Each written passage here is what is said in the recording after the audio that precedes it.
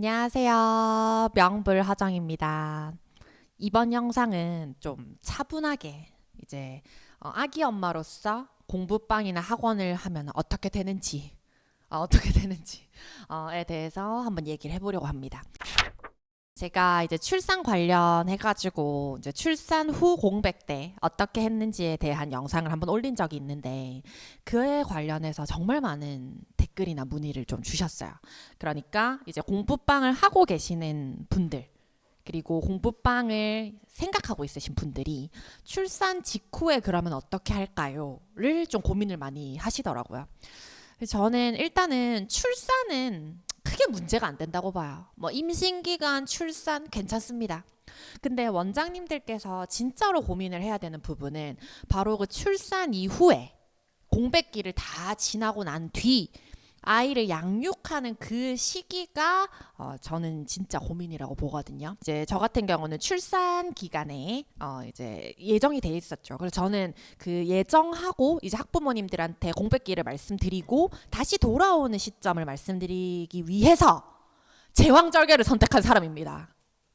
진짜로 나 자연분만 하고 싶었는데 자연분만 아기가 언제 나올지 모르잖아요. 그러면 9월 말이 예정인데 10월에 나올 수도 있고 갑자기 9월 초에 나올 수도 있고 이거는 뭐 예측이 안 되잖아요. 그죠?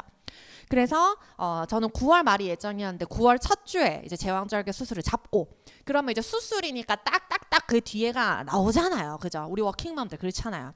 그래서 복귀 시점까지를 알려드릴 수가 있었어요. 그러면 제가 어머니 제가 임신을 하게 돼서 출산이 언제 예정돼 있고 복귀 시점은 언제부터입니다. 그러면 어머니들도 생각을 하시겠죠. 우리 애가 3개월 정도 쉬겠다. 우리 애가 2개월 정도 쉬겠다. 이렇게. 그러면 그 공백기는 사실 초등학생들은 크게 문제는 안 된다고 봅니다. 저 같은 경우는 한 2년 정도를 이제 운영을 하고 2년 반 정도 운영하고 아이를 낳으러 가게 됐는데 제가 제 생각보다 빨리 그만두게 됐어요. 입덧이 너무 심해가지고 원래는 저는 이제 진짜로 출산 전날까지 수업을 하고 갈 예정이었는데 6월 달에 그만두게 됐어요. 9월인데. 그러면 돌아오는 게 11월이니까 거의 4, 5개월의 공백이 있잖아요. 근데 대부분이 기다려 주셨거든요. 그거는 2, 3년 동안 제가 운영을 하면서 좀 탄탄하게 쌓아온 게 제일 크다고 봐요. 그리고 고등학생은 제가 그냥 가라고 했어요. 너무 중요한 시점이기 때문에. 그래서 초등학생이나 중학생은 그 정도의 공백은 기다려 주실 수 있는 게 대부분이다. 정 불안하면 다른 데 갔다가 다시 오시더라고요. 어머니께서 직접 말씀을 해주셨어요. 3개월간 딴 데 다니겠다 이렇게. 그래서 그런 경우에도 다 돌아오더라. 그래서 출산 후에 그 공백기는 원장님들이 학생들이나 학부모님과 조금 탄탄한 신뢰가 쌓였다면 저는 그 기간은 크게 고민을 안 하셔도 될 것 같아요. 근데 아까 말씀드렸듯 더 중요한 거는 양육이다. 이제 아이를 낳았어요. 그 원장님들이 자꾸 저도 아기 낳기 전엔 그랬는데요. 제가 엄마한테 뭐라 그랬냐면 엄마 내가 3시부터 9시까지 수업을 할 거니까 2시에 와라. 그리고 내가 9시에 퇴근해서 올게. 그럼 오후에 2시부터 7시, 9시까지만 봐줘. 웬걸 엄마 아침 9시에 왔어요. 왜냐면 수업 준비를 해야 되잖아요. 수업 준비해야 되지, 뭐 아기 뭐 챙겨야 되지. 그러니까 이게 내가 혼자서 수업 준비하는 거랑은 또 다르더라고요. 그러니까 이제 원장님들께서 주변에 내가 아이를 맡길 곳이 있는가? 그럼 맡길 곳이 있다면 몇 시부터 몇 시까지가 가능한가? 그리고 만약에 예를 들어 사람을 써야 된다. 그러면은 뭐 월 얼마 돈이 나갈 거 아니에요. 그럼 그거를 내가 운영 가능한가? 이런 부분들을 정말 세심하게 고민을 해보셔야 됩니다. 이게 우리가 또 문제가 뭐냐면 어린이집이나 유치원을 가더라도 하원에 오는 시간이 우리가 일을 시작하는 시간이에요.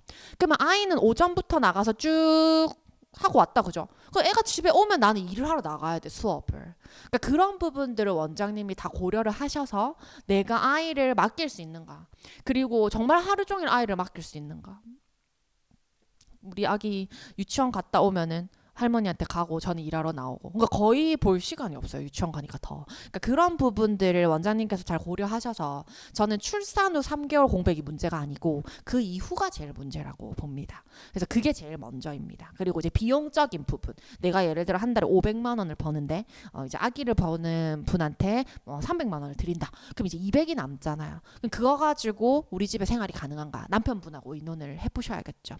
그래서 여러 가지로 그런 부분들이 좀 자꾸 부딪히는 겹치고 수업 준비라던가 아니면 우리 뭐 여타저타의 일들이 많잖아요. 그리고 만약에 저처럼 학원을 차리게 됐다. 그건 뭐 재앙입니다. 이거는 거의 재앙 수준이에요. 전 진짜 학원을 연 것을 하루에도 몇 번씩 후회를 합니다.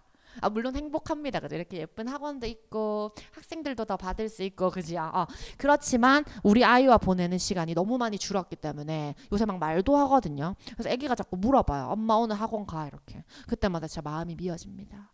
그래서 저는 학원에 딱 출근하는 순간 진짜 그 인사이드 아웃 2의 그 뭐지?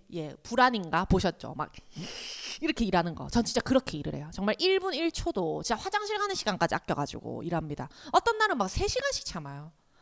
끝도 없어요, 진짜. 그래서 이런 모든 것들을 좀 고려를 하셔야 됩니다. 그래서 저는 이제 양육해 주실 분 당연히 중요하고요. 그리고 이제 제일 마지막으로 이제 제가 개인적으로 드리고 싶은 조언은 원장님들의 마음이에요.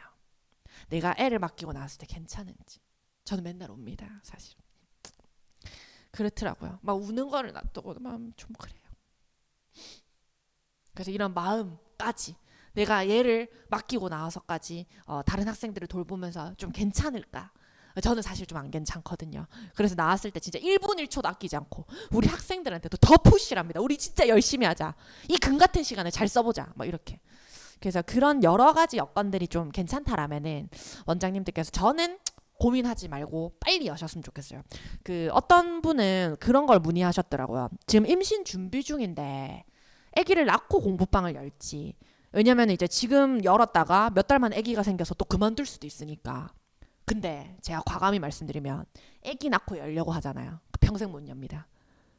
진짜로. 그래서 지금 여시고 지금 만약에 열었어 오늘. 근데 임신해도 한 9달 뒤에 아기 나오잖아요. 9달이라도 운영하세요. 그럼 한두 달 쉬고 다시 나오면 되잖아요. 너무 빡셉니까? 바로 나오세요. 저는 조리원 끝나고 바로 나왔습니다. 그래서 그 기반이 먼저 마련되면 아기를 낳고 나면 뭐 어쩌저쩌 돼요. 근데 아기를 낳고 나서 뭘 하겠다 그러면 절대 아무것도 못합니다. 그래서 저는 좀 여성분들에게 제가 또 일을 하는 입장이잖아요. 계속 커리어를 좀 유지하시기를 많이 권장을 드리거든요. 왜냐하면 저도 아기랑 하루 종일 있으면 좀 힘들어요. 사실 너무 귀여운데. 근데 가끔 이렇게 일을 하러 나오고 가끔 아니지 미쳤던 거짓말을 맨날 이렇게 일을 하러 나오고 이 시간 동안 또 리프레시가 되잖아요. 내 성과도 있고 그러면 집에 돌아갔을 때 아기랑 2시간 3시간을 놀더라도 진짜 150% 200%로 놀아줄 수가 있어요. 그래서 원장님들께서 좀 내가 공부방이나 학원을 하고 싶다라고 생각하시는 분들은 어느 정도 커리어도 있고 공부도 하신 분이라고 생각을 해요. 그리고 돈 벌어서 우리도 아기 좋은 거 더 사주면 좋잖아요. 그런 마인드가 있으시다면 저는 고민하지 마시고 꼭 열으셔 셨으면 좋겠어요. 괜히 막 고민하다가 나중에 애기한테 뭐 내가 애기를 낳아가지고 너 키우느라서 뭐 또 일을 못한다. 애기한테 뭐 얘기하면 안 돼요. 걔가 뭘 안다고. 원장님들이 조금이라도 해볼까라는 생각이 있으면 지금 움직이세요. 지금 꼭 움직이시고 빨리 여세요. 그리고 애기도 더 행복하게 키울 수 있습니다. 그죠? 그렇게 저는 좀 권장을 드리고 원장님들께서 출산이나 뭐 이런 부분 관련해서는 사실 저도 둘째는 엄두도 못 내고 있어요. 무슨 마음인지 알고 있습니다. 첫째는 그냥 낳으세요. 모르잖아요 어떤지. 근데 둘째는 이미 그걸 다 아니까 제가 엄두를 못 내고 있습니다.